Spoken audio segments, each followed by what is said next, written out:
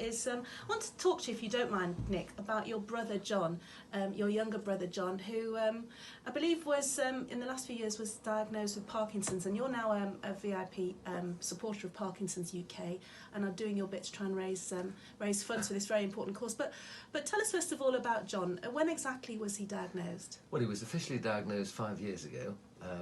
But he obviously had the disease sometime before then. I mean, John's a very big physical guy. We used to do a lot of walking, hiking in the Peak District together. And I remember particularly one particular walk, the three of us, he's my middle brother and I've got a youngest brother. And we were walking, and John, he was walking very slowly, and I kept telling him to get a bloody move on, what's the matter with you? And he couldn't. And then we went to eat. We went into the Isaac Walton, which is a local hotel there, a small hotel for walkers. And I remember just watching him eat, and he was eating, he's putting the fork to his mouth very slowly. I just thought, something's not right here.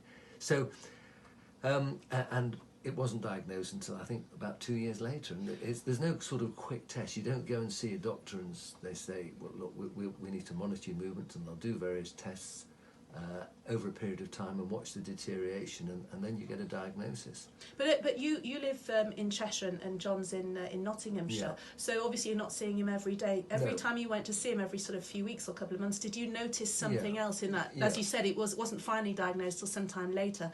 Other little imperceptible things that sort of started ringing alarm bells in your head. Well, one of the things is the speech. He became slightly robotical. And quite stiff. His gait was quite stiff. There was and regrettably is obviously something wrong with him, and I see him probably every 4 weeks. I saw him actually yesterday. It was his birthday. He was 60 yesterday.